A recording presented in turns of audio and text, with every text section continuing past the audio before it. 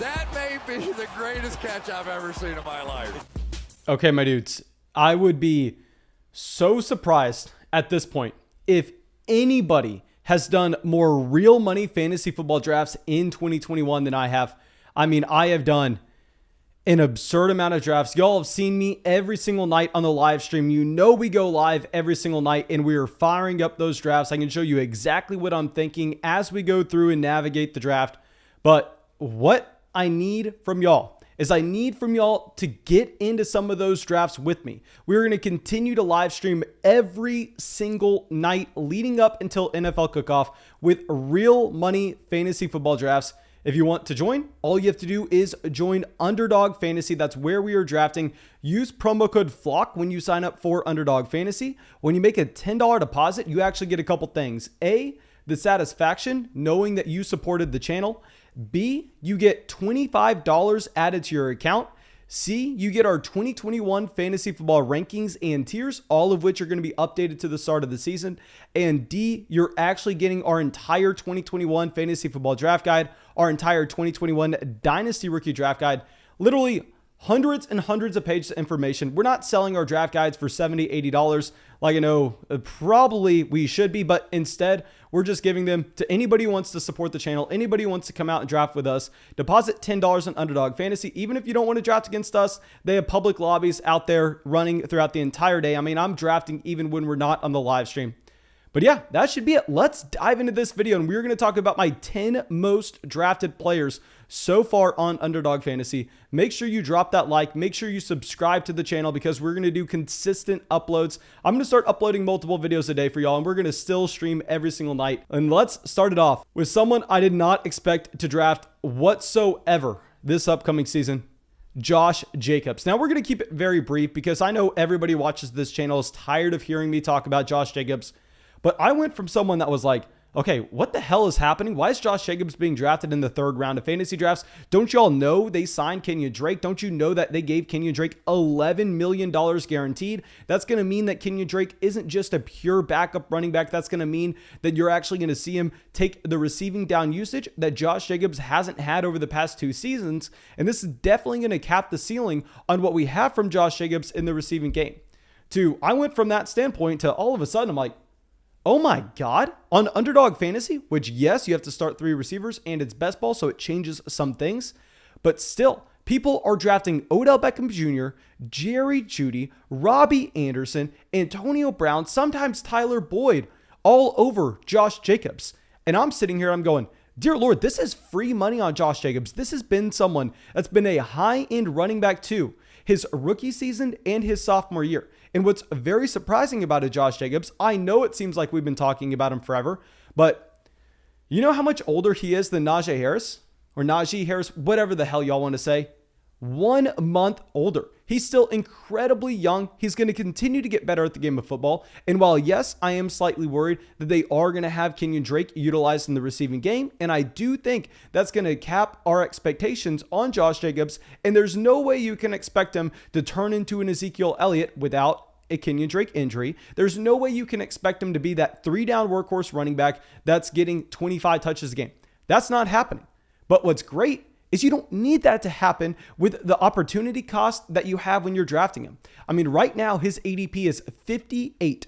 That means he is going in the late 5th round on Underdog Fantasy. And yes, he's going to be going higher than that in your regular fantasy football league because I'd imagine that your league doesn't start 3 wide receivers every week. So their running backs are going to be a little more valuable. But still, what if he's going in the late 4th? I mean, he is currently going as a low-end running back 2 on Underdog Fantasy. He is currently going as the running back 21.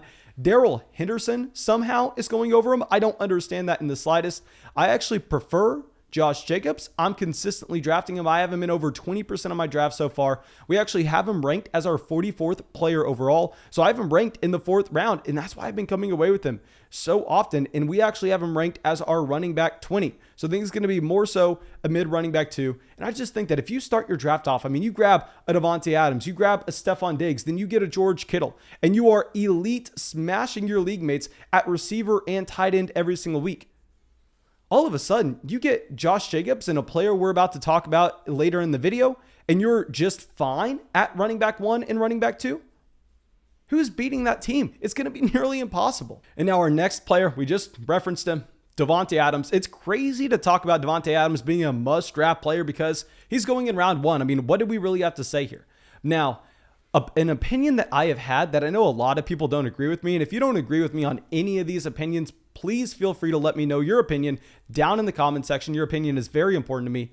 But here with the Davante Adams, the reason I've been drafting him consistently, where in previous years, I'm always the guy going and getting a running back in the first round. I'm always the guy going and getting someone at the 107 that's going to be a running back. At the 105, I'm never considering a receiver.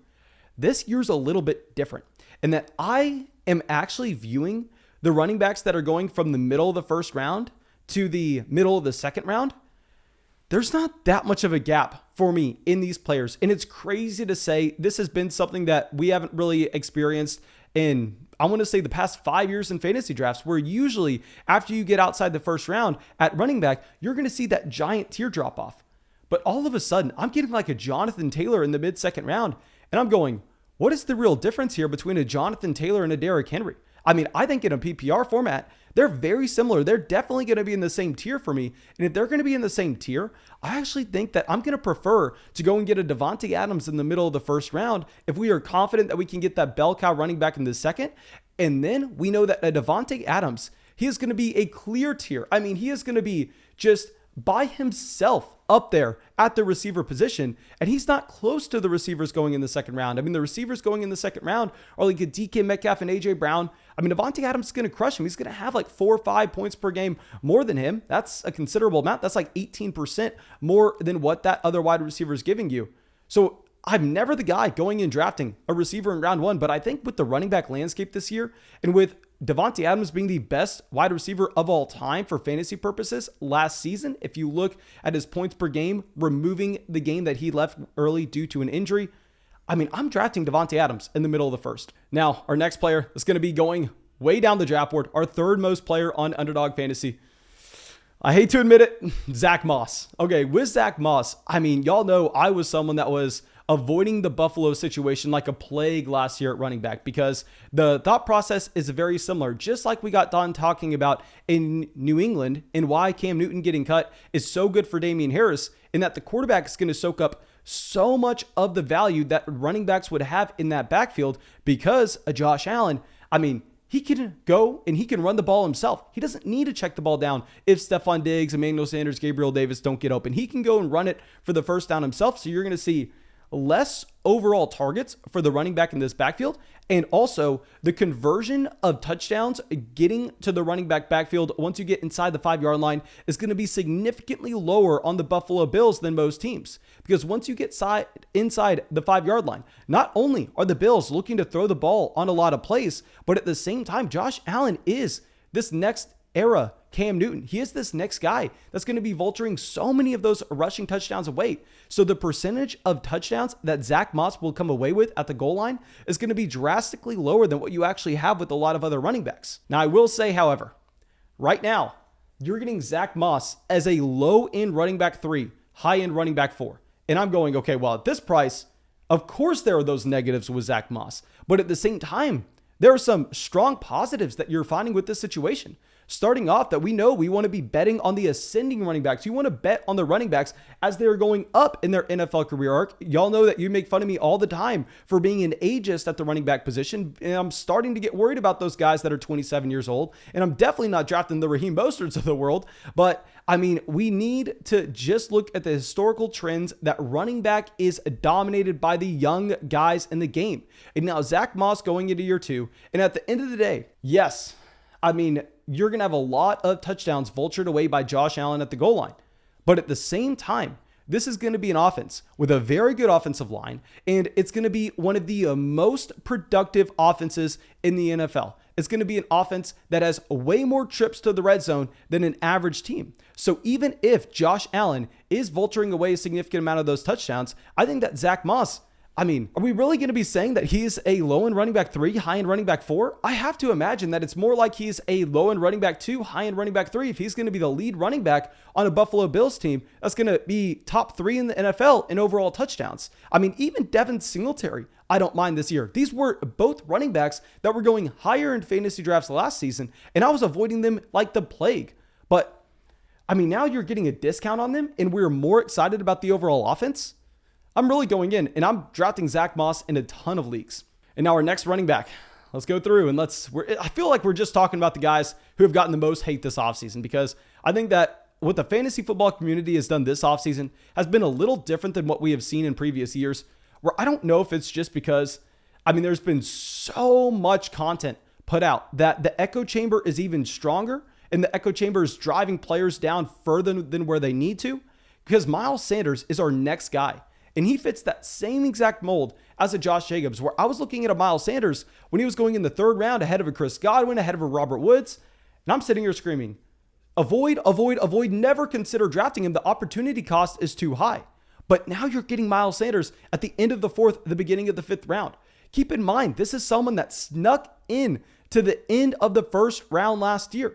And what has really changed in Philadelphia that made Miles Sanders have this drastic fall? Because going from a 1st to a 5th round pick at running back, that is a massive difference if you're looking at the opportunity cost. I know technically it's only 4 rounds, but in reality, I mean, he gets his value cut in half, if not lower than that. So here with the Miles Sanders, what has changed is we had the very bad season last year, which definitely puts a damper on the expectations that you should have for Miles Sanders going into year 3.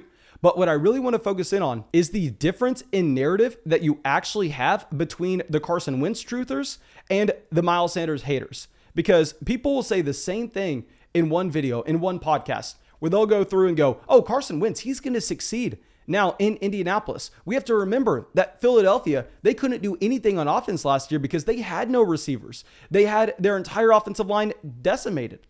Well, on the same hand, those people will be talking about Miles Sanders, and they'll never bring up the fact that this was an offense that had no speed, that was not able to pick up first downs, that was not able to get to the red zone. And if you're just looking at an offense that's going to be that crippled, I mean, all of a sudden, no running back in that scenario, not named James Robinson, is going to be a highly productive player. So with the Miles Sanders, yes, he was disappointing, but the offensive line collapsed. They had no receivers to be able to pick up first downs. Carson Wentz was the worst quarterback, arguably, in the NFL last year, and it wasn't his fault. It was the fault of everything around him just falling apart. And I don't want to put 100% of that blame that Miles Sanders failed last season on the situation. But I think that we can look at it and we can go, okay, well, there has to be at least some blame placed on it. And at the same time, what was the investment into the running back position that shows us that this current coaching staff doesn't plan on using Miles Sanders heavily? Was it that they drafted a running back in the 5th round?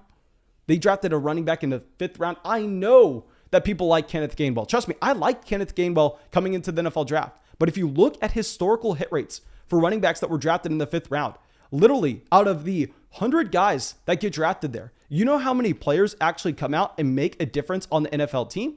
I mean, the majority of those guys are going to be practice squad. The majority of those guys are going to be 3rd string players that never make a real difference, but teams need depth. I mean, probably out of that 100 mark, I definitely talk about this in the Dynasty Rookie Draft Guide, but off the top of my head, like 4 of them make a difference. So if you're that excited about Kenneth Gainwell, just know that you're making a very bad bet historically. So now our next player is going to be Will Fuller. And trust me, guys, I understand, yes, Will Fuller has dealt with a ton of injuries throughout his NFL career. And of course, you have to lower him down your rankings because Will Fuller is injury prone. I'm going to say it. I will say the fantasy football community in a whole, in my opinion, definitely overrates their ability to predict injuries, definitely overrates their ability to think in the most random game there is in football that they can say who's going to stay healthy versus who's going to get hurt. Now I'll say that on the very opposite end of the spectrums, you can go through and you can make some judgments. I mean, you can go through and you can say, well, a DeAndre Hopkins, we know this is someone that's going to stay healthy all 16 games. And you can go through and you can say, well, Deebo Samuel, we know this is going to be someone dealing with injuries. Yes, on the very extremes, you can say that and you could be at least slightly confident. And Will Fuller does fall to that end of the extreme where we know that he is going to miss some time. Now, last year, he did not miss any time whatsoever, but he did get popped for PEDs, so you could possibly make an argument that was why. However, I want to focus in on how productive Will Fuller has been in games where he did not have DeAndre Hopkins playing next to him. Because one thing that not enough people are talking about is the fact that with Will Fuller, his first season ever playing without one of the best receivers in the NFL in DeAndre Hopkins, we know Hopkins is not someone you want to be playing next to from a football perspective because Hopkins is going to soak up 10 targets a game. I mean, it's going to be very hard to succeed in fantasy playing alongside DeAndre Hopkins. In the first year that Will Fuller got out of that scenario, if you look at games Will Fuller was healthy in, he was a wide receiver 1 in fantasy. Now, I'm not going to say that he'll be a wide receiver 1 again this upcoming season, but I think if you're going to make a bet on him to be a top 24 receiver, that is completely reasonable. And right now, I think the injury discount that you are getting is good enough for you to make that bet. Because right now he's going as the wide receiver 42 on Underdog Fantasy. He is going as a mid-wide receiver 4. I mean, his production every single year has eclipsed this. So yes, you have to ding him for his injury history, which of course is fair to say, but I think people are dinging him a little too hard right now. So we're going to be drafting Will Fuller. Now let's go to our 6th player and let's talk about Kareem Hunt right here. Okay, so with a Kareem Hunt, I mean, I think that this is the perfect scenario of you going out there and you making a pick that may not live up to ADP, right? Just say 75% of the time you look at Kareem Hunt, who you drafted in the 6th round, and you go, oh God, I mean, I probably should have taken Kareem Hunt in the 7th. I mean, he really provided us the value that a running back in the 7th or the 8th round would have. I mean, maybe we reached around on Kareem Hunt. But out of the 25% times that Kareem Hunt doesn't have that narrative around him, out of the 25% chance Kareem Hunt hits his ADP, he is not just going to hit it. He is someone that has the potential, that he has led the NFL in rushing before as a rookie. As a rookie, he is now running behind the league's best offensive line. It's not even close. We know that he is going to get all the usage in the receiving game for Cleveland out of this backfield. And all of a sudden, we're looking at Kareem Hunt and going, well, if we take him in the 6th here, just say he's a low-end running back 2 for us. We play him at running back 2 every single week. We're not excited about it, but we do it regardless. And what happens if Nick Chubb goes down?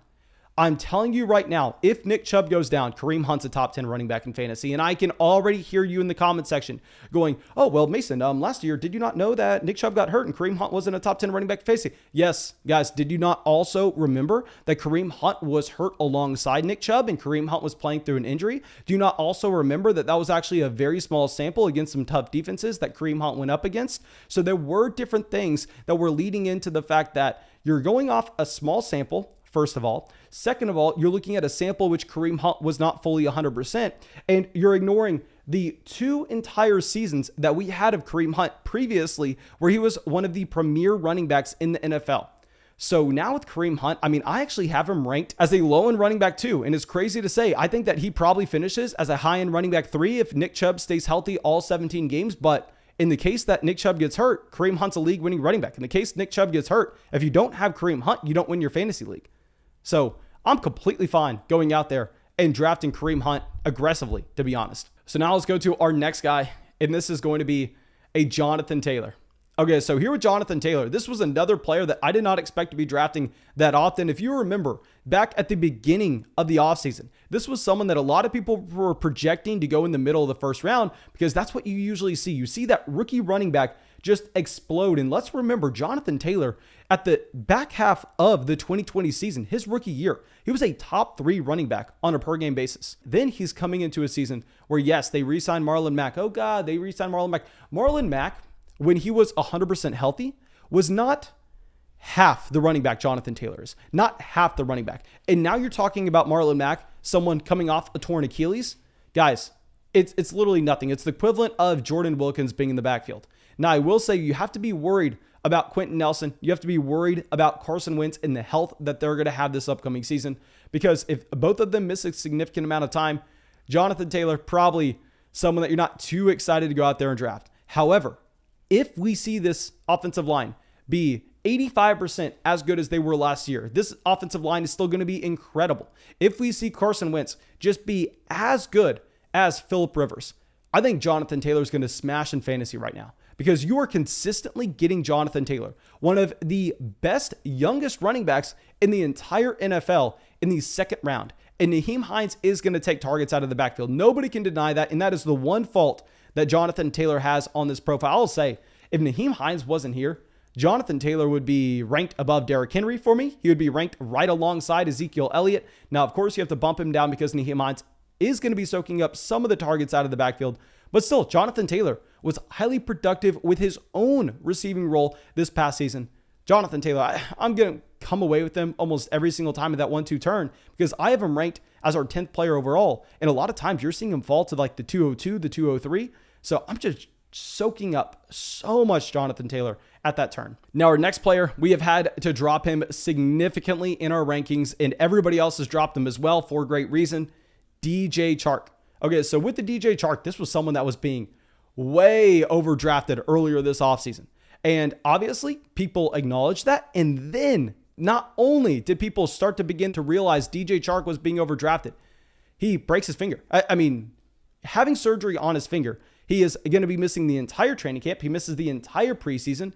And of course, that is no bueno whatsoever for his chemistry with Trevor Lawrence, for his chemistry and just knowing how he's going to get used in the offense with an Urban Meyer. But I will say there have been some positive signs for DJ Chark as of late, and that this is a team that really goes through and they cut a ton of receivers. I mean, they're making surprising cuts. They cut like a Colin Johnson. Colin Johnson could have been that same profile of a big-bodied wide receiver that they could have used with DJ Chark. And they really go super slim on the roster at receiver here. And what it tells us, at least what it tells me, is I think they're very confident with Laviska Shenault. I think they're very confident with DJ Chark. So if you're playing on Underdog Fantasy, I mean, now Laviska Shenault, who we loved at the beginning of the offseason when you were getting a massive discount, he's sneaking into like the 6th round. And however, you have DJ Chark right now on Underdog Fantasy going as the wide receiver 50. The wide receiver 50. That shouldn't happen. We have him ranked as a mid wide receiver 3. I think that just with the overall offense getting significantly better, DJ Chark is going to be a bet to at least be a top 36 wide receiver this season. He's getting drafted way beyond that. So now our next guy is not going to be a running back, not going to be a receiver. It's going to be a quarterback. It's going to be Jalen Hurts. And the reason why we're going out there and drafting Jalen Hurts aggressively is upside, upside, upside. This is something I talk about a ton, but I think a lot of people kind of look at the wrong details when they're going through and trying to identify who they want to be taking at quarterback in their fantasy draft, where a guy like a Ryan Tannehill, a Matthew Stafford, they're going to have a significantly higher floor. I mean, you know that they're way better real-life NFL quarterbacks. You know that they're going to have more passing yards, passing touchdowns. If you're playing in a 6-point passing touchdown league, you do not want Jalen Hurts. Jalen Hurts is definitely for those 4-point passing touchdown formats, because in those kind of formats, rushing is king at the quarterback position. And we have seen it with Lamar Jackson before, and Jalen Hurts was right up there with Lamar Jackson in his rushing stats per game when he was healthy last year. So Jalen Hurts is the perfect example. Draft him, see if he hits his ceiling with his rushing capability. If he hits that ceiling, he's a league-winning quarterback. If he doesn't, if he sucks, who the hell cares? We know how replaceable quarterback is. We know you can go to the waiver wire and find someone else. You know you can always go pick up a Kirk Cousins from the waiver wire. So just go make the upside shot with a Jalen Hurts. Don't necessarily worry about anything else. And now our last player is going to be someone that we've been taking over and over and over again, Darren Waller. And now Darren Waller, I will admit that if you look at our 2021 rankings, you can find those on Patreon, or if you use promo code FLOCK on Underdog Fantasy. I mean, we have moved Darren Waller up considerably. And the reasoning for that is the tight end landscape has gotten hideous. I mean, you miss out on the season that we thought we were going to have from Irv Smith Jr. I was very excited about Irv Smith.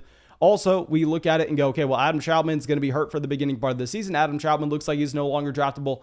That just takes 2 tight ends right out of the player pool. And then we really look at the landscape right now and we're going, oh my God. Like you got Kelsey, Waller, Kittle, then a giant tier down. You have Andrews, Hawkinson, Pitts, and then a tier down to nothing. I mean, it is hideous what you have at tight end right now. So getting that elite advantage with someone that we can comfortably predict with the Darren Waller, I think it's going to give you a massive advantage, especially if you're playing in an 8-man or a 10-man format. They're getting the elite tight end is a literal cheat code. Now, thank you, my dudes. I really hope y'all enjoyed this video. And of course, go down there, drop a like, leave a comment, subscribe to the channel. And you know, we're going to be bringing these every single day. So make sure you hit the bell next to the subscribe button if you want to come out to our live streams as well. Use promo code FLOCK on Underdog Fantasy if you want to get $25 added to your account with a $10 deposit. You want our rankings, you want our draft guide, you want our tiers, you want to support the channel. That's going to be the best way to do it. There'll be a link in the description. There'll be a link in the comment section.